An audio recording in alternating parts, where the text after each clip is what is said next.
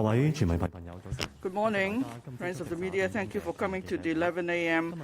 anti-epidemic press conference. Today we have the Chief Executive and also the Secretary for Constitution and Mainland Affairs. The Chief Executive will start with an opening address before she takes questions from the floor. Because of the epidemic, please try to keep your distance and wear a mask during the press conference. Now, the Chief Executive will speak.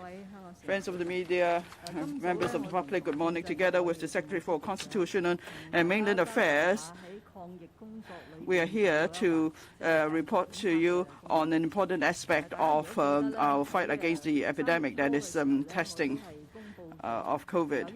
Now, you might recall in early March, I have announced a series of tasks to be led by different principal officials. The Secretary for Constitutional and Mainland Affairs is responsible for boosting the PCR testing capacity. He is responsible for that task force, and then he has to work with the mainland, and he is charged with formulating a plan for compulsory universal testing and so on. So together with Mr. Zhang, we're going to give you an account on this task. Well, Mr. Zhang is actually the last of the 13 principal officials to come here with me to explain the work he's leading in relation to PCR testing capacity. On the 21st of March, when I conducted the midterm review, I mentioned a point about our position on compulsory universal testing. Our position has not changed. We believe compulsory universal testing remains an effective means, especially if our goal is to achieve zero COVID. But as to when we should carry out the compulsory universal testing is a matter of timing, is also a matter of capacity.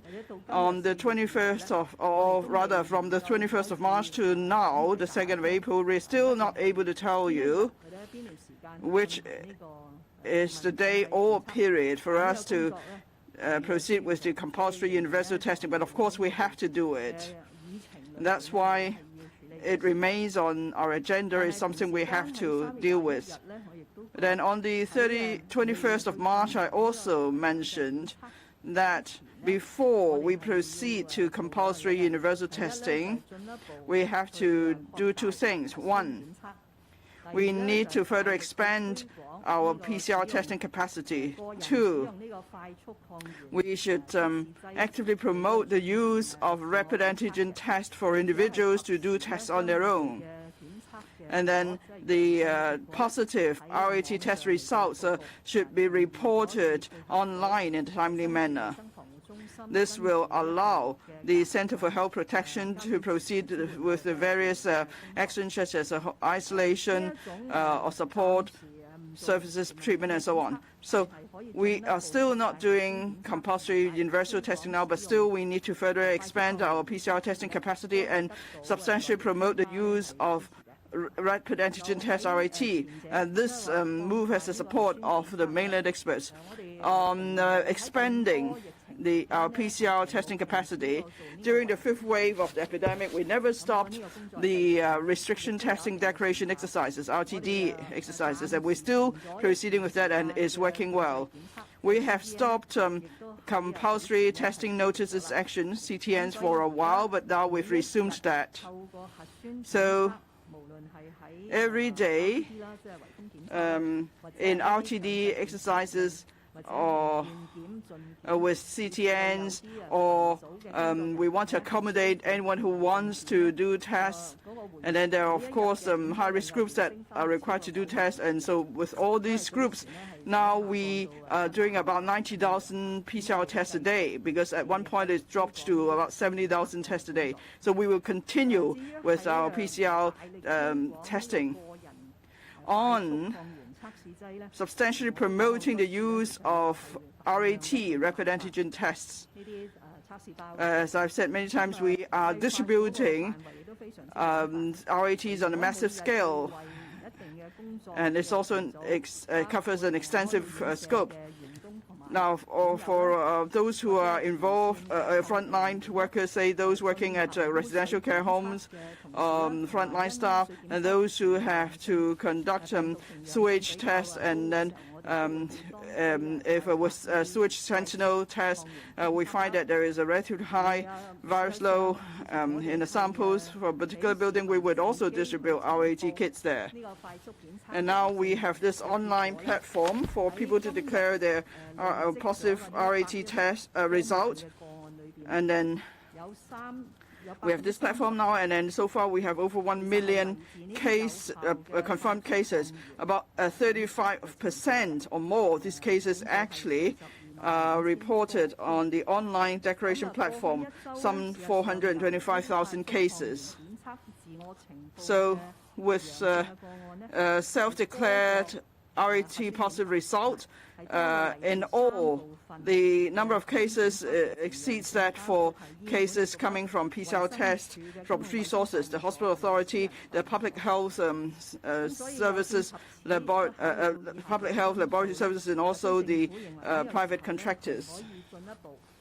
Now, we believe this is now time for us to further promote RAT, given the development I mentioned. And there are a number of factors here that we consider. Firstly, we see there is a declining number of cases. Now, at the 4:30 press briefing by the Center for Health Protection, you can see this is the case. Also, we have a number of indicators, which I mentioned before, for monitoring.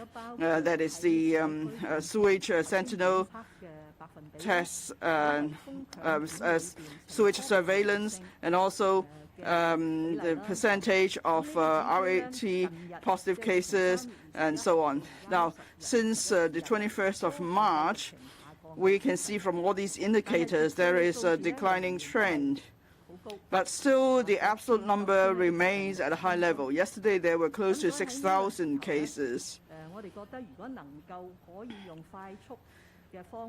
We believe, therefore, if we could now use RAT to assess the infection level in Hong Kong once across the territory, that would be useful. Perhaps it's like, taking a snapshot to see the percentage of the population that's been infected, and that will help us plan our work in future. And we've been inspired here by the university studies. Now, in early March, with the support of the SL government and the funds from a particular foundation, the Hong Kong U has been carrying out a surveillance of point prevalence. So it's called point prevalence surveillance study.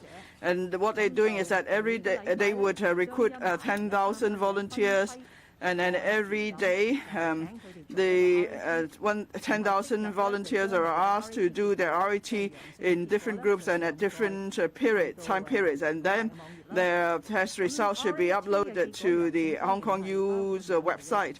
The RAT positive cases will include 2 types. One type is the newly infected cases. That is, these people did not know they were infected, but when they did their RAT, they found that they tested positive. So these are new infected cases. And the other type are those who've been infected before, but they have not yet fully recovered. So that's why with their viral load, the RAT test is still positive. So there are these 2 different types of cases. As for the point prevalence percentage, what is it exactly? Because it's then projected to the whole population. In early March, when the surveillance first started, it was over 10% at some point. And then yesterday, the 1st of April, the prevalence rate has dropped to 1.21%.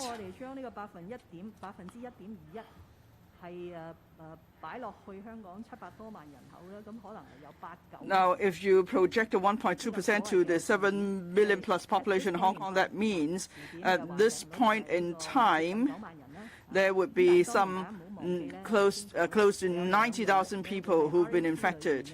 But of course, as I said, there could be 2 types of people who would test positive. in RAT, as I just mentioned. And so it's because of this we're inspired to consider doing even bigger scale tests. For the second reason is straightforward. It's the same with RTD or CTN. The purpose is for us to have early identification. So we're able to identify the infected patients, then they could be isolated, and also we could give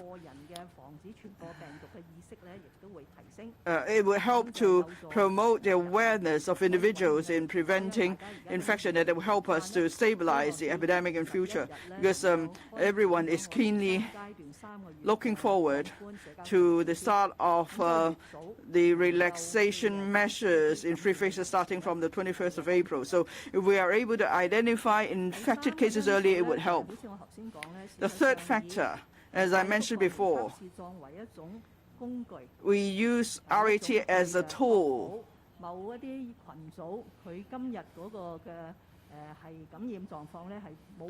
So, of course, we've been using many tools to make sure that certain specified groups do not have high risk of infection. And every day we are distributing some 1 to 2 million RAT kits. We send them to, people working at residential care homes and other specified workplaces, and also to students who will be taking the DSE soon. So we need more people to become used to using the RAT tool. If in future, under special scenarios or circumstances, we want people to use RAT, then people would have gotten used to that. And the fourth factor is, in previous testing exercises, we identify many cases, and there's a need for substantial support now with the effort of all parties involved and the strong support of the central people's government. Most of the facilities are now ready. For example, if we have over 100,000 cases a day, we could still cope with that. Because, on the online declaration platform, because when the platform was first launched, there were over 100,000 reports a day. And then the other thing is about support to home confinees. Now, at the beginning, many people did not receive any support or anti-epidemic packs, but now the packs will be delivered within a day, because initially we had to deliver some 60,000 packs, and now, like yesterday, we just needed to deliver about 7,000 packs,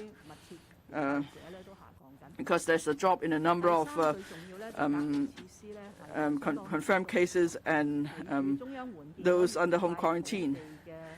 Another factor is that we now have rather sufficient facilities. With the help of the mainland, we've built more facilities. Now we have some 20,000 beds coming from the 6 facilities.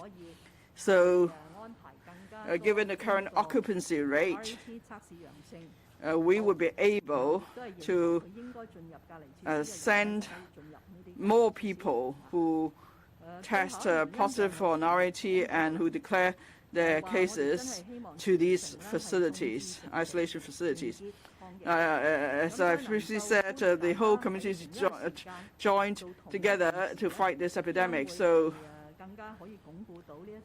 if we all do one thing at the same time, that will help to boost solidarity further. That's why we are asking the public to do one thing. On the 8th, 9th, and 10th of April, that is the coming Friday, Saturday, and Sunday, on each day, we asked the public to do an RAT once on these 3 days. And then within 24 hours, they should declare positive results online. And then the follow-up work will be like what we've been doing all this time. Now, because our capacity has been boosted, unless the number far exceeds the number that I mentioned, otherwise we should be able to cope with these newly reported cases. Also, we are asking the public to do RAT for 3 days in a row. We're asking everyone to do that. And I must stress that this is not to replace compulsory universal testing. We're just doing this for now, given the factors I just mentioned. And then we'll monitor the situation. We'll see which is the best time for us to carry out a compulsory universal testing in Hong Kong. Now, why do we pick the 8th, 9th, and 10th of April? There are several reasons. Firstly, we're starting to distribute the anti-epidemic pack today. In each pack, there are 20 RAT kits.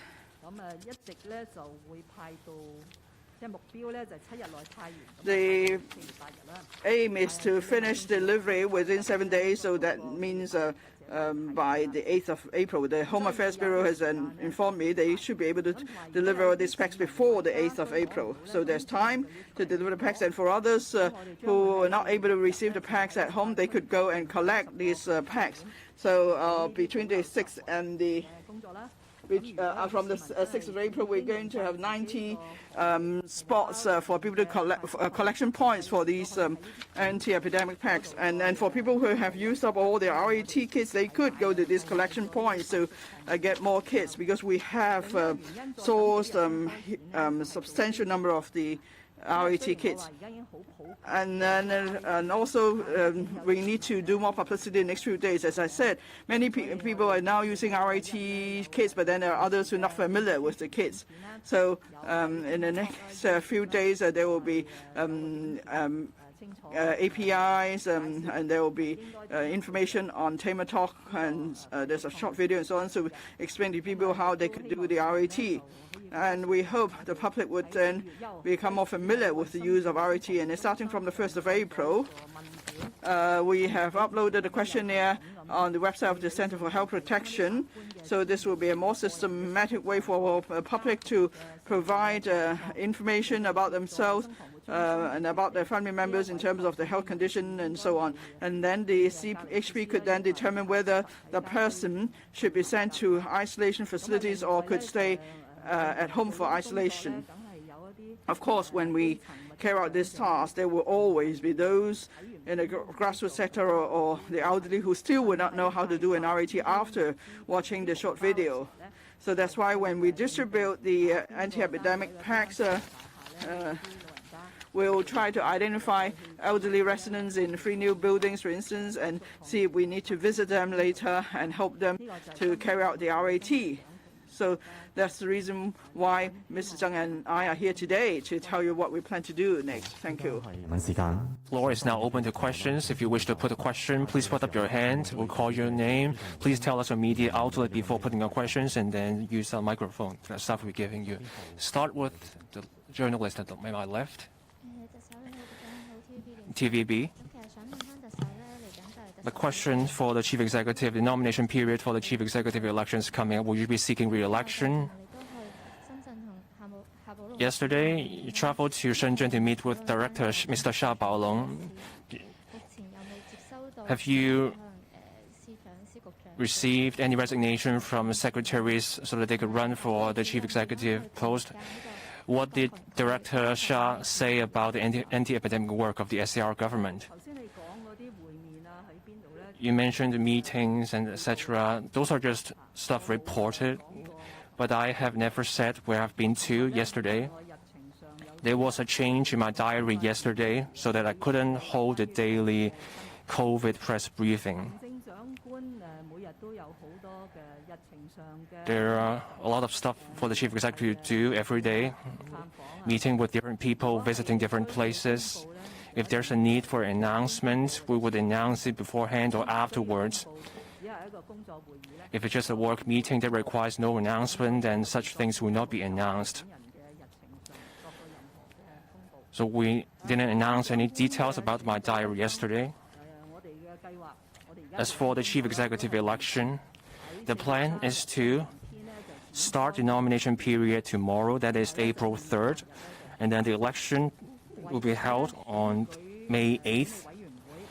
The Election Affairs Committee and the Registration and Electoral Office have made the preparations, including the gazetto of the relevant announcements. On the 5th of March, there was a gazette that the 3rd of April to the 16th is nomination period for the next term Chief Executive. Justice Keith Yeung has been appointed the returning officer for the upcoming election. As far as I know, there was another press release yesterday announcing the arrangements for potential candidates on stuff like submitting the application form. So all this work is ongoing. Second question. To my right, at the front, the gentleman. I'm from Now TV. First question about the RAT arrangement. You said that this will be a 3-day RAT test. Will this be mandatory test? You said this is not a replacement for the compulsory universal testing. How can you ensure that people actually do the test with the RAT? Would you just be appealing to them to do it? If people get a negative result, do they have to report that on the platform online? And for the 3-day RAT test, do people have to stay at home? Or is there some sort of restriction on their mobility? You mentioned something about where you've been to yesterday. Will you clarify that you have not met with Director Xia Baolong yesterday? You're saying that the diary change yesterday has nothing to do with the election. As I said before, there's no such need as to whether I'm clarifying this or not.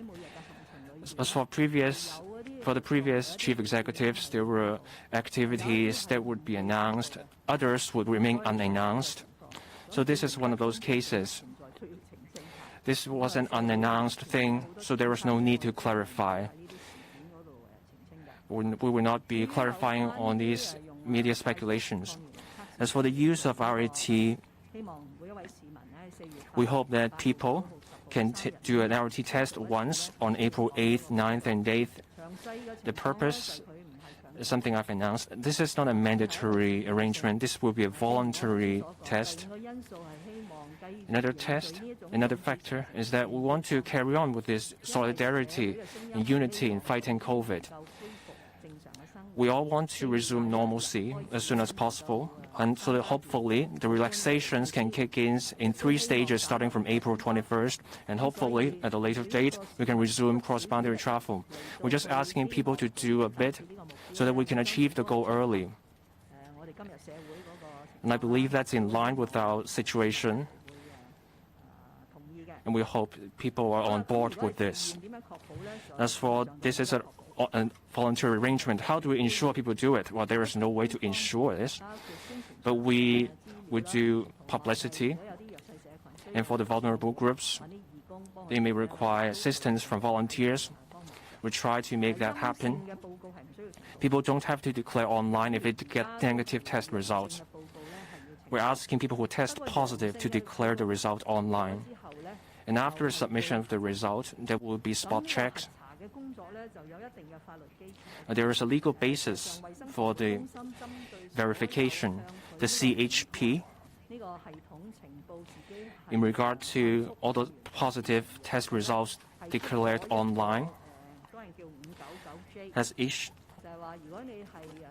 something on this. It has to do with CAP 599J.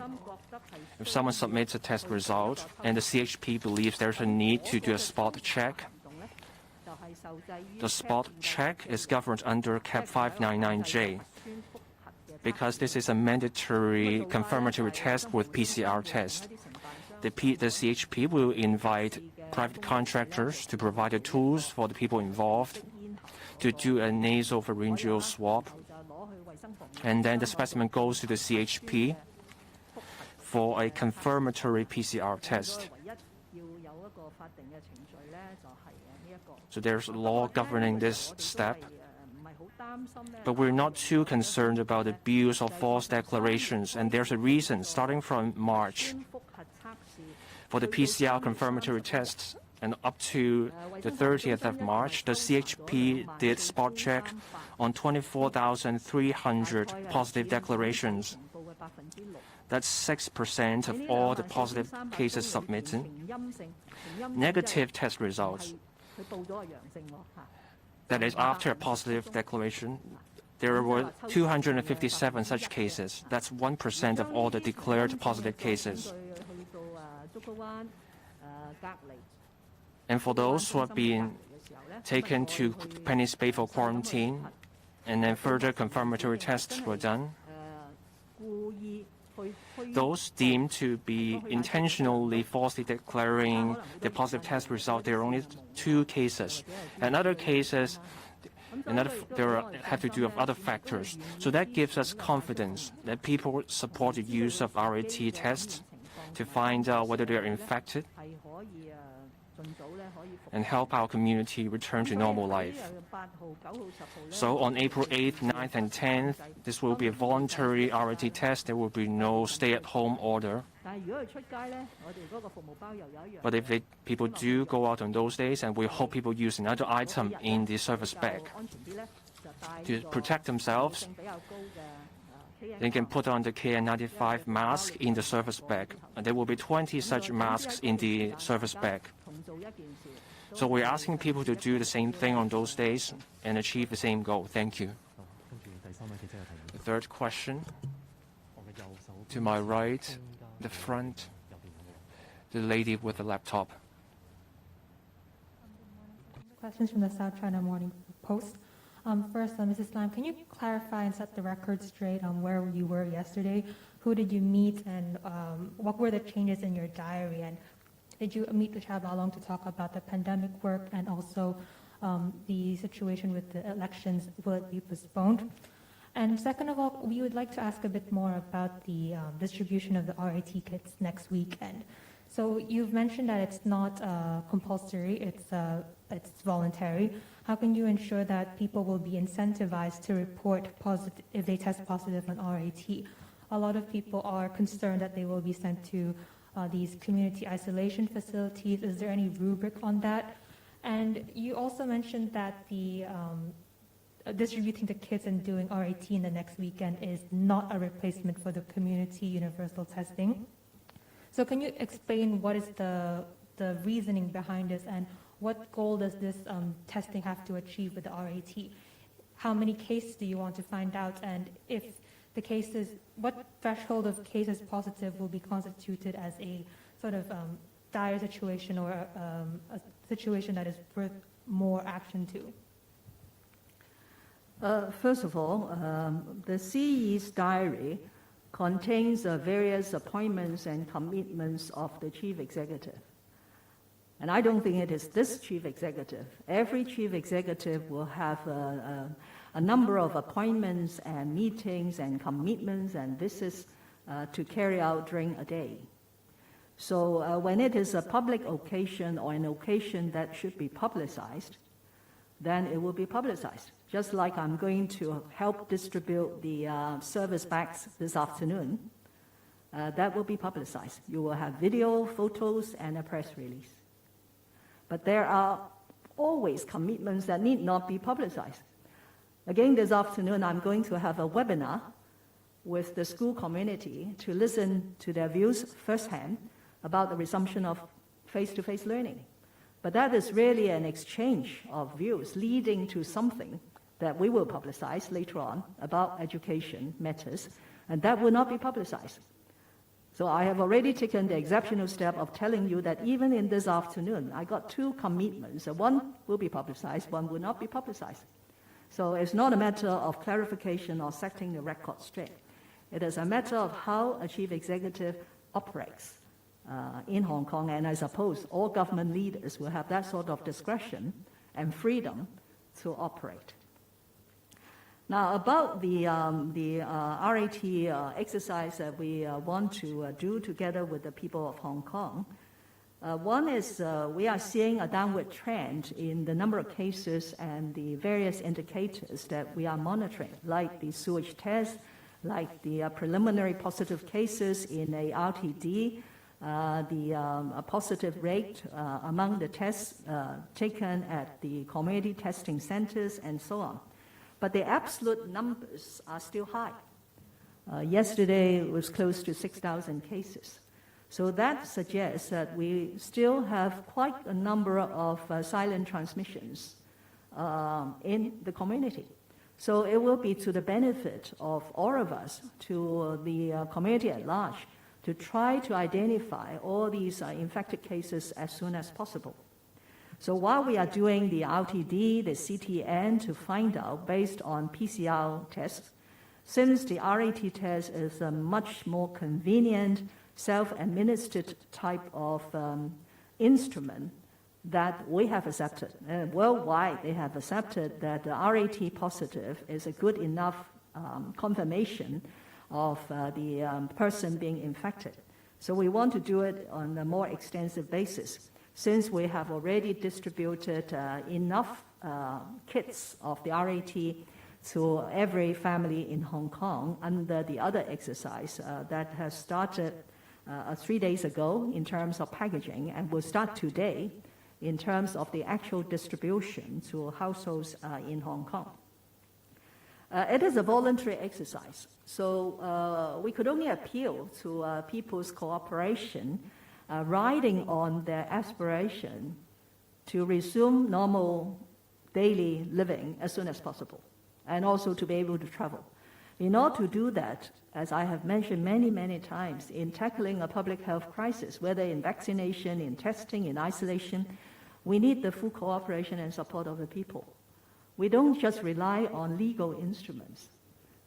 We have to appeal to people's cooperation, understanding, and participation. So this is an exercise of this nature. And I would hope that those intangibles will be good enough to incentivize people to take a test. It's a very simple test. I'm sure you have done it. And that will help us to achieve our objectives much more effectively. Sorry, I have not finished answer. You want me to continue? You want me to continue to answer the questions? Then you ask about the CIF. Actually, since the fifth wave, understandably, because of a large number of infected cases, not every tested positive case was sent to a community isolation facility. That was simply not practical at the early stage of the epidemic. Now that we have 20,000 beds in 6 CIF, community isolation facilities, built with the support of the central government, we are in a much, much better position to resume isolation, which is a more effective way to combat the spread of virus. But like all things in Hong Kong, one has to strike a balance, a very pragmatic balance. Some people are very resistant to go to a CIF, but at the same time, they are living in a very reasonable and decent living environment that will enable them to meet the requirement for isolation. For example, they have their own bedroom, they have their own toilet, they have no symptom whatsoever, they could self-care, they don't have any vulnerable or high-risk family members in the household. So what the Center for Health Protection has done in this fifth wave is to allow these infected persons to fill in a questionnaire. And they have just updated and expanded the questionnaire 2 days ago to allow each individual to go through this self-assessment process in a very systematic and rational way, and ultimately reaching a decision by the CHP that this person is suitable for home isolation. So the Center for Health Protection will be issuing isolation orders specifically for home or for non-home. Non-home means going to a CIF. But I would really appeal again to people's understanding and cooperation. And you don't have to believe in those stories that you read on the social media. Our CIF are very well managed. They are as user-friendly as possible. And staying there for a few days of isolation will provide better protection to his or her family members, because he or she is an infected person. So isolating he or she in a government isolation facility will give better protection to the family members and also give better assurance to our anti-epidemic efforts. So we will continue through our Secretary for Security's task force to improve the service at the CIF, but we also need people's cooperation.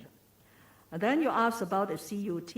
As I said at the beginning, this exercise to invite all people in Hong Kong to do a RAT test daily on the 8th and 9th and 10th of this month is not a replacement of a compulsory universal test, which is still necessary and essential in order to eliminate the spread of the virus in Hong Kong.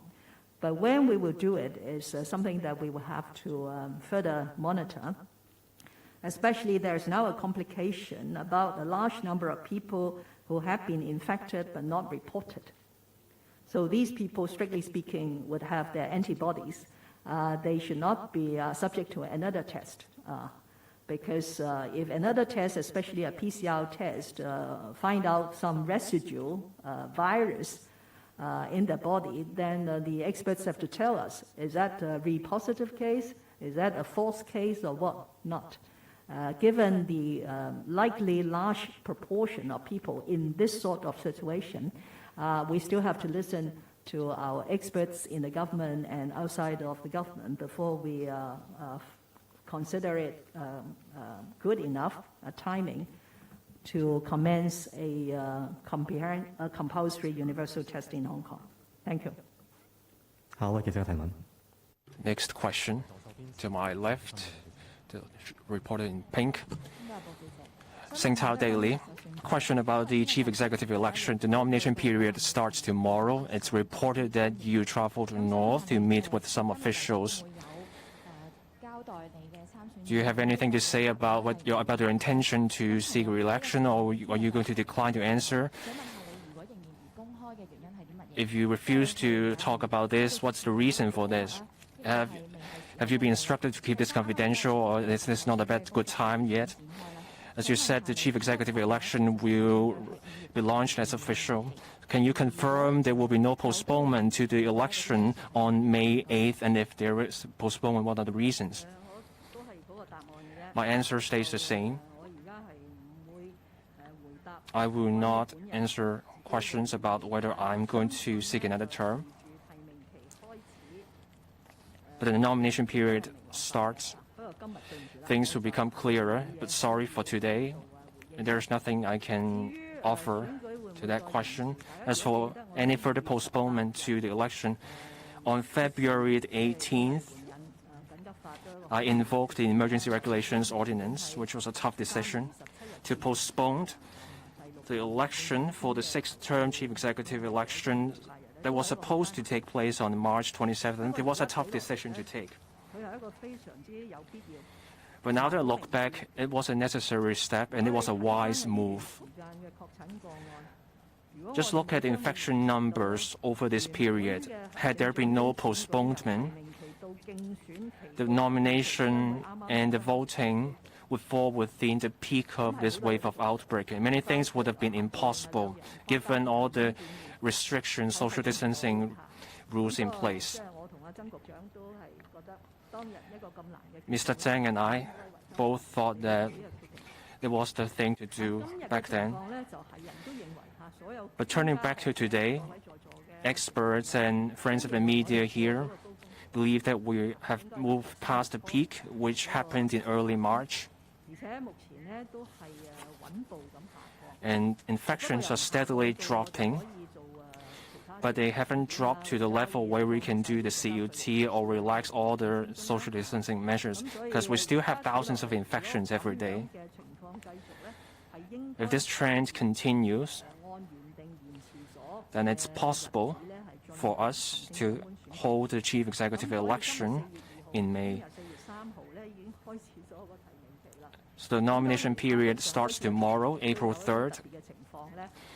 But in law, it's possible to put that on hold again, but we'll hope that won't happen. And let's do our best with the preparations.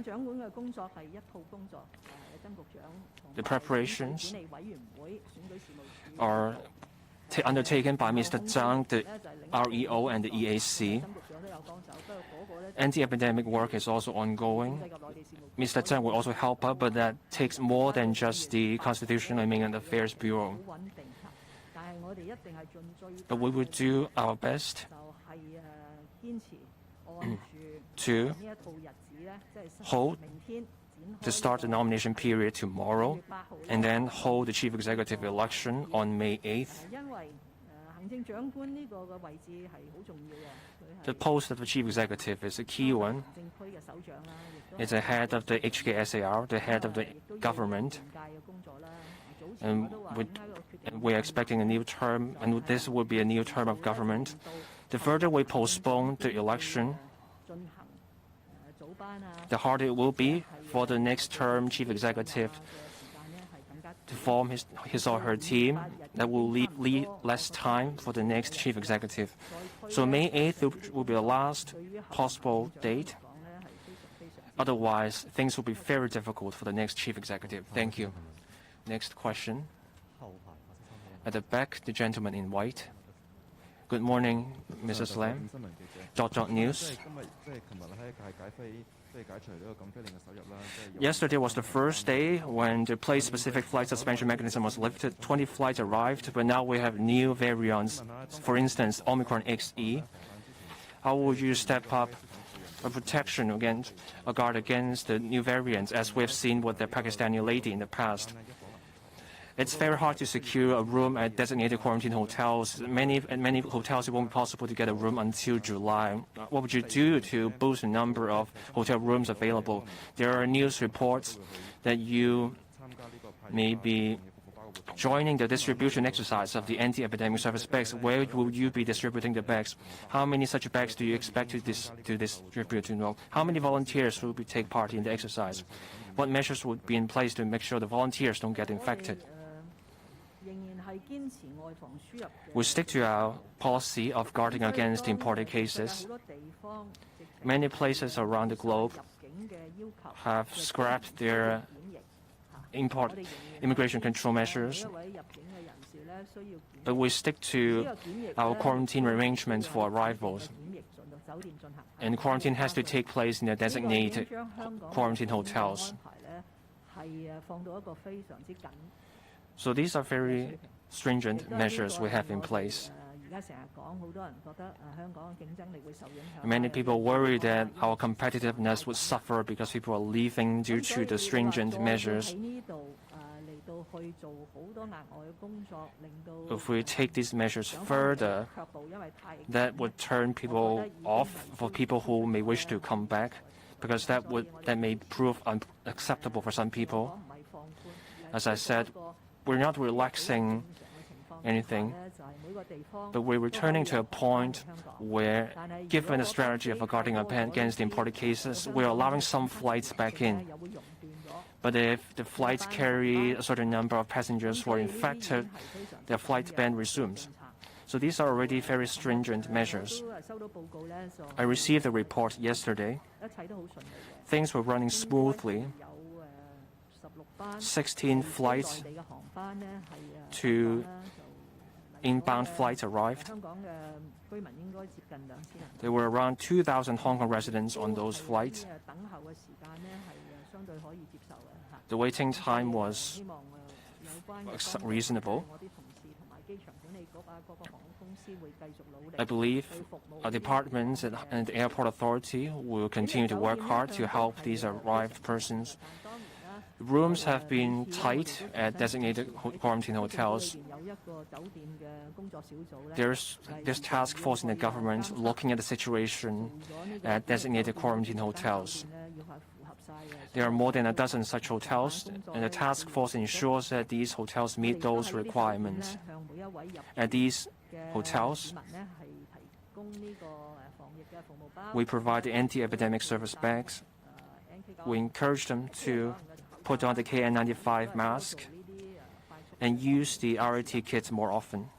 照我掌握嘅資料咧，而家就唔 As far as I'm aware, it's still possible to get a room. 檢疫嘅酒店啦，包括有 There are now more quarantine hotels, 公嘅酒店咧 some are specifically for arriving foreign domestic helpers.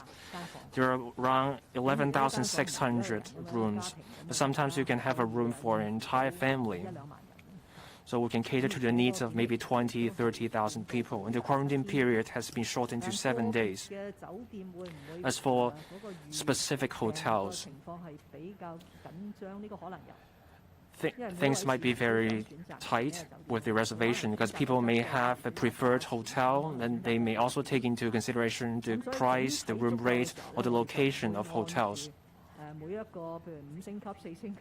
So we don't have, so we won't designate more hotels based on specific conditions. But we will be monitoring the situation, the occupancy level of designated quarantine hotels. The Hong Kong residents from 9 countries have been able to return. We hope that when they come back, they will be able to see their family again, and the relevant measures will continue. In terms of distributing the service bags, we could be going to the 3 new buildings to also visit some of the grassroots families. Afterwards, we will put out a press release to let you know what happened. I seldom arrange for journalists to come with me when I go on visits these days because of the restrictions on gatherings.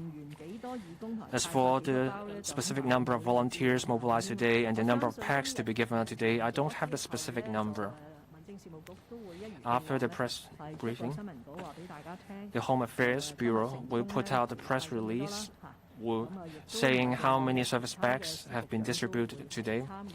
Other directors of bureaus and secretaries will also be distributing the service bags. So look out for our press release and also the Facebook page of the directors of bureaus. Thank you. We'll take the last question. To my right, lady on the last row. I'm from Cable TV. Can you speak up, please? I'm from Cable News. So tomorrow, the nomination period of the chief executive election will start, and the election will be on the 8th of May. And you could only relax the social distancing measures from the 21st of April. So it will be difficult for candidates to conduct electioneering because of the gathering bans and so on. Now, would you? So far, no one's indicated a wish to take. There aren't many who's actually indicated a wish to join. So would you ask them to do that? Now, yesterday you only cancelled the press conference just half an hour before the scheduled start time. It's an important press conference, but you just cancelled it without an explanation. And although you said you have other, you don't need to announce your schedule, but how could you explain that to the public? Now, and for RIT, for 3 days, if people test positive but they don't know how to use their computer, how do they declare their positive results? What about the homeless? Now, you say you will help the elderly to do the test, so how many people do you expect you need to help? First, those who want to run in the C election, do they need to announce their intention as soon as possible? It's not for me to answer.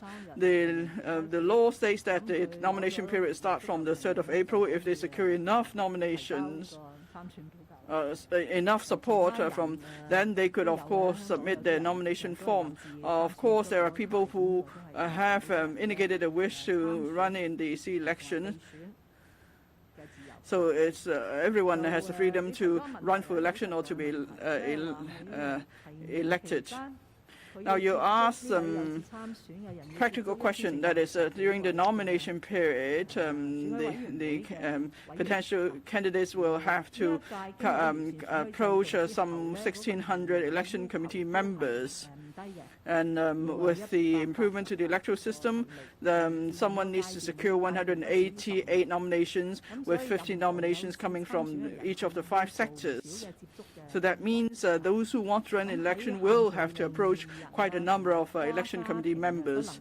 Now, with the social distancing rules and the ban on multi-household gatherings, of course, it will be difficult. Well, of course, people could use Zoom or call people.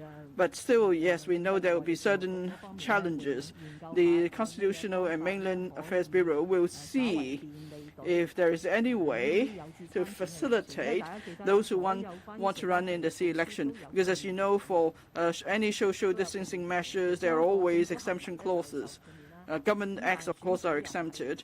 But then election in itself is not strictly government act because it involves individual who wants to run in the election. So we'll see. We'll look into that. We'll see how we could help those who want to run an election to be able to approach election committee members and secure nominations, and also to conduct electioneering in a reasonable manner. But we're not able to tell you more about that now.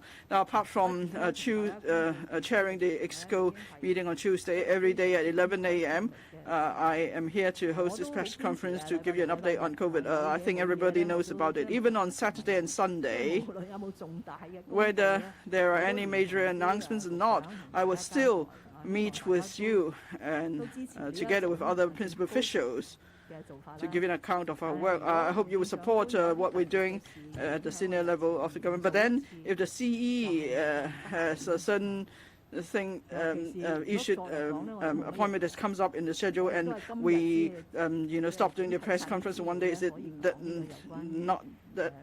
is it so unreasonable? And because yesterday there's nothing much to announce really, today we have prepared all this information to tell you more about the voluntary RAT test.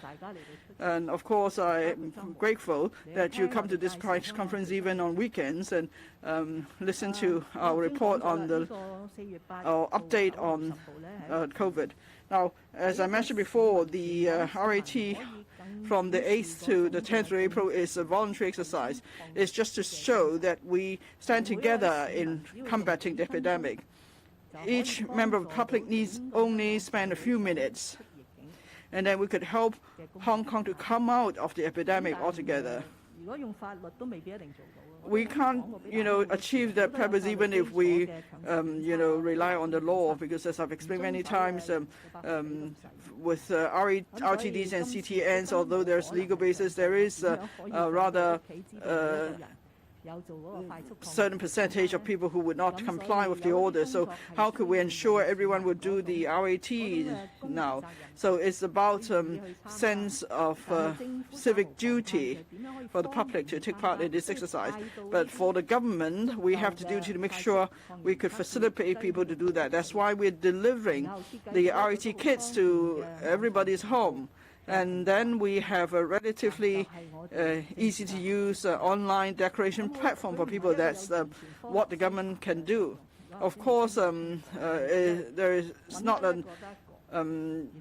totally scientific in terms of it being a screening exercise, but then if we could find one more case, it's good too.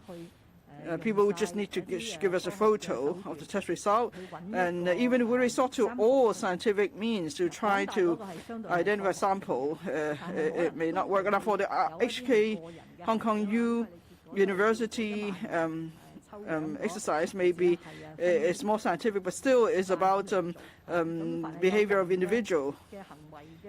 So whenever the behavior of individual is involved, there would always be some variation in the results. With the elderly, we'll try our best to help them, but in terms of number, we don't know yet. We have mobilized 5,000 to 10,000 volunteers to help with the packing and distribution of the service bags, and it's hoped that while they're distributing the service bags, they would have a fair idea of whether there are elderly residents in a certain building. Perhaps volunteers have been helping out those elderly residents all along. The Social Welfare Department also has a number of NGOs that provide meal delivery and other home services. There is a network for that, for about 10,000 elderly singletons. So if we need to help these people, then then we could go and help these elderly persons to do the RAT. So whatever we could do in the past 2 years or so, we've been trying to do our very best. Thank you. That's the end of the press conference. We'll see you again tomorrow morning. Thank you.